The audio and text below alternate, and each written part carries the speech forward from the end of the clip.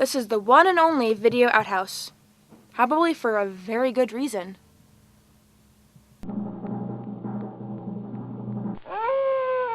I am surrounded by freaks! Covering the four corners of the alternate reality universe: comics, gaming, movies, wrestling. Now here's Comic Book Man. Hey folks, how you doing? Comic Book Man here. Welcome once again to my Video Outhouse. It's time for Week in Review, and this is the Week in Review for August the 8th, 2010. Where's all your friends? This is your bookend to Shipshape. If you saw Shipshape for August the 4th, watch that, then watch this. You'll find out what we thought was coming up, and then I'm about to tell you what just happened for the week of August the 4th, 2010. Flying solo this week. None of the boys are here with me, but we're still doing Week in Review, and first thing I want to cover is comic books. Of what shipped this past week, this is the stuff that was of note, most of which we talked about in Shipshape, but I just want to cover it again. Marvel Universe versus the Punisher #1 shipped this week. This is where everybody in the Marvel Universe gets a 28 days later disease, and they make a point in the story of saying, one person says to Reed Richards, oh, so this is like 28 days later. He says, no, it's not like 28 days later. It's different from 28 days later. You see, they're not just raving, mindless lunatics in this. Now they're raving, mindless lunatics, but they still have some of their higher brain functions intact. Oh, well, what the hell. Anyway, this shipped this week, and it came out to lukewarm sales here at Alternate Reality. One thing that sold quite well, actually, this week, relatively speaking, was Superman, last family from Krypton. This is the El family, not just Kal-El, but Jor-El and Lara coming to Earth. It's written by Cary Bates, who did a ton of Superman stuff in the 70s and 80s, stuff that I grew up reading. It's a good story. And then he was replaced and swept aside when John Byrne came in. He did some Captain Atom stuff at DC, and then he disappeared from comics for a while. He came back actually and did some stuff at Marvel for a while, and now he's wandered back over to DC. He's just doing freelance stuff. The House of El family comes to Earth. They raise Kal, and they start a religion. Well, business. Go figure. Actually, not a religion, but self-help. Yeah. Self-help thing. A self-help thing. A self-help guru thing. And that's sort of interesting. It's actually sort of interesting. It wasn't the take I was expecting from this. No. It isn't they come in and they conquer the world. They sort of come in and become conglomerate moguls. But anyway, this shipped this week and actually sold better than I expected here at the store. Nancy in Hell, of course, shipped this week, which everybody loves, because Nancy goes to hell and she's unredeemable, but she wants to get out. So she teams up with Lucifer at the end, and we'll find out what happens in the next issue. And it sold okay. Torchwood 1 sold this week, debuted this week, and this came out with sort of a thud. Nobody really cares much about Torchwood. Acquired taste, I guess. The Marvel book, which will probably have later repercussions, is this Captain America storyline with Nemo.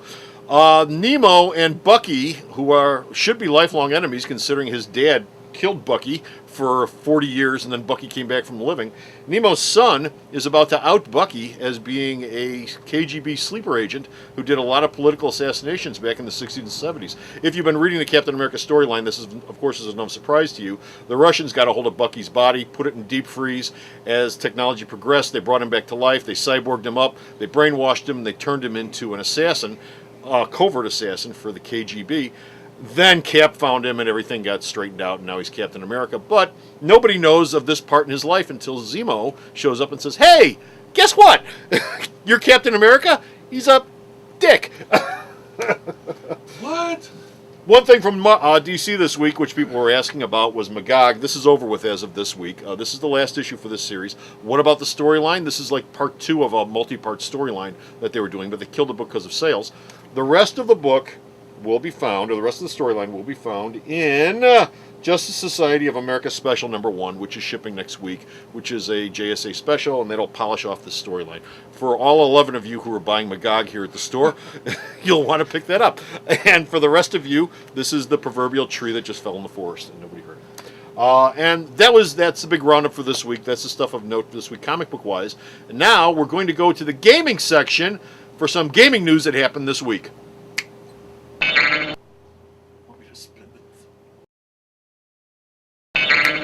And we're in, well, I'm behind the counter where the gaming stuff is. It's not really the gaming section, but it is. It is. Here at Alternate Reality and here in Week in Review, we sell gaming stuff. We don't really talk much about gaming stuff, partly because I have a very transient gaming audience here at the store. They come in, they buy cards, they go home. They come in, they buy cards, they go home. Nobody seems to want to hang around here at the store to play or anything, which, you know, you don't want to, you don't want to. But gaming news is something that we are aware of, and there was one big gaming story this week. Of course, Gen Con was in Indianapolis this past weekend. It was Thursday, Friday, Saturday, and Sunday, the 5th through the 8th. It had a record attendance down in Indianapolis. At least that's what they're saying. They don't have the total count yet, but they're saying it had a record attendance. Female attendance, however, dropped off this year from previous years. There are fewer girls either showing up or just playing in They general. actually keep track of that. But How many girls, really? well, it's not that hard to tell. I mean, Yeah, but when, I mean, when you're you put when you're looking at the crowd and all you Most see of- are guys. But if you count Lollapalooza, they're not counting guys and girls. Well, no. They just count people. Well, no, but in this industry, yeah, you sort of notice that. In this industry, you sort of notice it. What? Yeah, they doubled their girls from last year. Yeah. No, there's two. There's two. Well, one of them didn't show up this year. She Also, was sick. Mayfair and Fantasy Flight Games are the DC Marvel of the gaming world. They had the largest presence down on the floor at Gen Con, the largest retail or largest show spaces that they had. But there are fewer video game manufacturers this year and more tabletop gaming manufacturers this year. So I don't know what that says about the video game market. They're obviously strong enough to send representatives down to Gen Con, but are sales slipping on video games? I really don't know.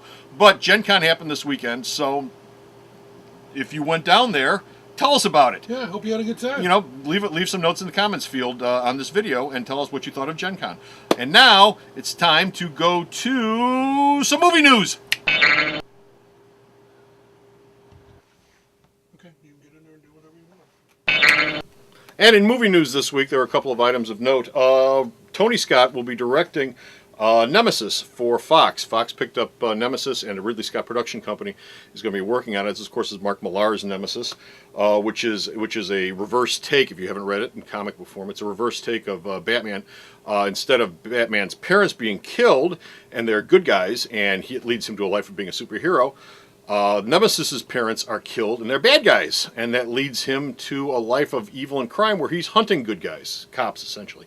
But anyway, that movie's been picked up by Fox, and that's going to be coming from Ridley Scott's production company. Also, DC announced that they're going to do a DC Shorts original DVD. Now, if you've seen the Batman Red Hood DVD, you saw the Jonah Hex video on there, and if you saw, I think it was the Crisis on Infinite Earths DVD that they did, there was a Spectre short on there. There's a coming Green Arrow short. All these are going to be culled into one DC Shorts DVD, along with a new Superman Shazam: The Return of Black Adam short, which is 22 minutes long. Altogether, it's going to be 62 minutes. The big bitch on this online is that it's essentially 3 canned, previously seen videos and 1 brand new one, which is only 22 minutes long. There's going to be no extras. There's going to be no add-ons. There's going to be some old Justice Leagues and Supermans and stuff that Bruce Timm has picked to accompany the DVD. But essentially, there's no new material in this thing, and people are bitching, what am I paying $19.95 for this? But the reason the reason Warner's is doing it is because Pixar did their short film collection, and that sold like crazy and everyone loved it. So DC's saying, well, we can repackage these and sell them as a short film collection, which is what they are in the first place. So, Well, if you feel like crying, rent it. or rent it. Yeah. But anyway, those are coming later this year from DC Direct. And last story we've got is Green Lantern 2 and Green Lantern 3 are currently in development. What the- That's right. One hasn't come out in the theaters yet. Not even One's not even done shooting yet, I don't think. No. And Warner's is so up on this project that they're rushing 2 and 3 into development right now. 2 we already knew about, but 3 was a surprise. That they're doing 3 is They're mind-boggling. probably trying to lock Reynolds into a price before the first one comes Well, out. they're probably trying to lock him into a price and schedule too, because he's got this Deadpool thing he's supposed to be doing at some point. But anyway, that was the big stories for media news this week, and now we're going to finish up with a little bit of wrestling. Just need a couple seconds. Okay, Timber. And to wrap it up, we've got two wrestling stories that happened this past week that are of note. And one thing I ought to mention is these things will, of course, be covered in wrestling news in the future, but it takes the boys a while to put all this stuff together, along with the media news and everything else. But we're doing this right now, so we can get it to you fast and fresh and still smelling good like it just came out of the oven. Samoa Joe, he got his butt suspended over at TNA because he's got attitude problems. What are his attitude problems? I didn't get the full story from Bo, but apparently he pissed some folks off at TNA, and they said, "You might be a big star, but you're out of here for a while. You're suspended." you're going to be sitting at home for a while. The other big story out of TNA this week was they just had their Hardcore Justice pay-per-view, which got huge numbers apparently for them. I don't know if it got as big a numbers as a WWE pay-per-view, but for a TNA pay-per-view, it got huge numbers, and they're very, very happy with that. Of course, that was a reunification of all the ECW folks that are still floating around out there, which either don't have a home or have never been brought together, and TNA is essentially just stealing the whole ECW thing, because it's not like Vince is doing anything with it.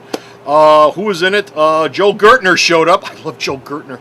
God, I miss Joel Gertner. The man's a genius. Did you see it? Did you watch it? No, I didn't see it. But I remember Joel Gertner from ECW, The Glory Days. He's funny. He always made me laugh. Sabu, Taz, Tommy Dreamer, Sandman. They were all there at the pay-per-view. And like I said, I got a great buy rate, and they're very happy with it. Okay, and that's it. We're done. We're finished. We're out of here. That's it for Week in Review. Stop by next week for another Week in Review. Leave us some comments if you like these, or even if you don't like it. Leave us some comments We'll take that too. either on YouTube or on Facebook when I post it up there. Until next time, this is Comic Book Man saying bye! The Video Outhouse is brought to you by some of the finest people willing to work for free. This is a list of some of them.